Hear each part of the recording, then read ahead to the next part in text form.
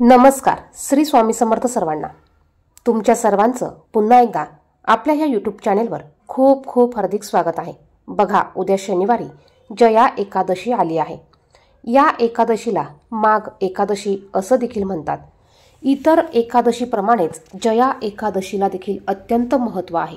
या दिवशी पवित्र नदीमध्ये स्नान करण्याला, अंघोळ करण्याला अतिशय महत्त्व असतं.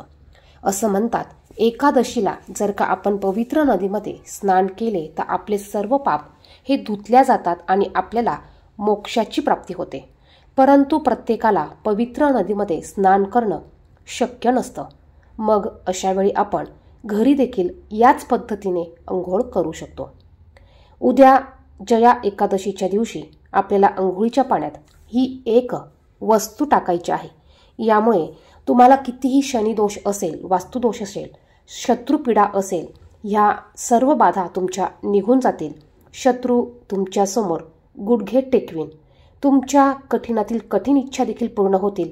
7 पिढ्यांचे दारिद्र्य तुमचं नष्ट होणार आहे. इतका अत्यंत प्रभावी असा हा उपाय आहे. पहा, आपण प्रत्येक विशिष्ट तिथीला जर का अशा काही वस्तू अंघोळीच्या पाण्यात टाकून अंघोळ केली तर नक्कीच आपल्याला 100% याचे चांगले फायदे बघायला मिळतात. बघा, कोणतीही सेवा, कोणतीही उपाय ज्यावेळेस आपण करायला चालू करतो, ज्यावेळेस त्यामध्ये सातत्य असते, त्यावेळेस त्याचे आपल्याला रिझल्ट हे बघायला मिळत असतात.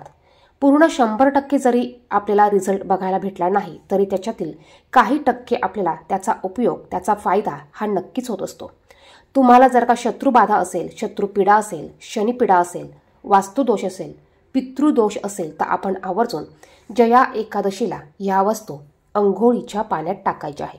बघा, जया एकादशी ही शनिवारी आलेली आहे आणि शनिवार हा शनिदेवांना समर्पित असल्यामुळे या दिवशी आपण ह्या वस्तू आवर्जून अंघोळीच्या पाण्यात टाकायच्या आहे. एकादशीच्या दिवशी आपल्याला श्रीहरी भगवान विष्णू आणि माता लक्ष्मी यांची पूजाविधी करायची असते.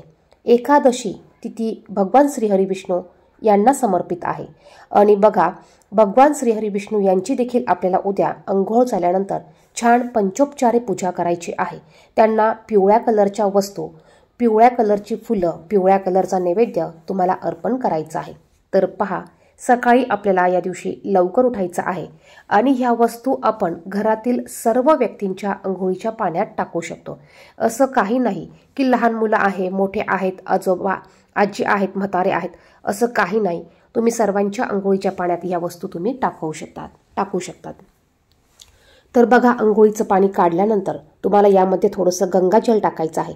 तुम्ही जर का एखाद्या तीर्थस्थानावरून एखाद्या पवित्र नदीचं गंगाजल आणलेलं असेल तर तुम्ही ते गंगाजल अंघोळीच्या पाण्यात टाकू शकतात. गंगाजल नसेल तर थोडंसं गोमतीर पाणी अंघोळीच्या पाण्यात टाका. एकादशी असल्यामुळे आपल्याला चिमूटभर हळद या अंघोळीच्या पाण्यात टाकायची आहे. बघा, एकादशीला हळदीला अतिशय महत्त्व आहे. आपण चिमूटभर हळद आवर्जून अंघोळीच्या पाण्यात टाकायची आहे. आता या वस्तूंव्यतिरिक्त आपण शनिवार असल्यामुळे जर का आपल्याला 7.5 असेल, शनीची पीडा असेल तर आपण अंघोळीच्या पाण्यात थोडंसं जाड मीठ टाकायचं आहे. यामुळे शत्रुपीडा नष्ट होते. आपली बघा, थोडेसे काळे तीळ तुमच्याकडे असतील तर थोडेसे काळे तीळ तुम्ही अंघोळीच्या पाण्यात टाका. शनिवारी काळे तीळ आणि जाड मीठ अंघोळीच्या पाण्यात टाकून अंघोळ करण्याला खूप महत्त्व आहे. यामुळे आपली शत्रुपीडा नष्ट होते, आपली शत्रुबाधा नष्ट होते.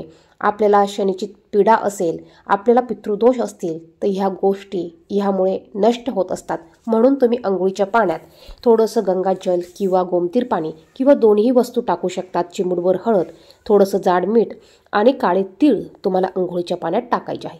आता जर का यातील तुमच्याकडे मीठ नसेल किंवा काळे तीळ नसतील तरी चालेल, परंतु गंगाजल, गोमतीर पाणी, चिमूटभर हळद आवर्जून तुम्हाला टाकायचे आहे. याने अंघोळ केल्यामुळे तुमच्यात असलेल्या सर्व वाईट बाधा, नकारात्मक ऊर्जा या नष्ट होतात. आजूबाजूची निगेटिव्हिटी नष्ट होते. सकारात्मक वातावरण, पॉझिटिव्हिटी तुमच्या आजूबाजूला तयार होते. तुमचे विचार सात्विक होण्यास मदत होते. वाईट विचार तुमच्यात असतील तर ते निघून जातात.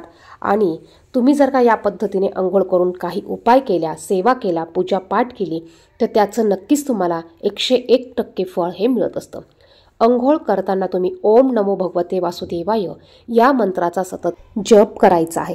आता बघा, ज्यांना पितृदोष असेल, शनिदोष असेल, साडेसाती असेल, अशा व्यक्तींनी प्रत्येक शनिवारी अंघोळीच्या पाण्यात थोडंसं जाड मीठ टाकायचं आहे आणि थोडेसे काळे तीळ टाकून तुम्ही अंघोळ करायची आहे. बघा, यामुळे नक्कीच तुम्हाला चांगले फायदे होतील. कामात अडचणी असतील तर त्या दूर होतील.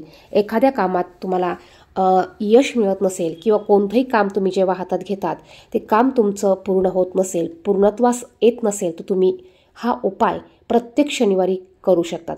व्हिडिओमध्ये सांगितलेली माहिती आवडली तर व्हिडिओला लाईक करा. इतरांना देखील हा व्हिडिओ शेअर करा. कमेंट बॉक्समध्ये ओम नमो भगवते वासुदेवाय नमः लिहायला विसरू नका. धन्यवाद. श्री स्वामी समर्थ.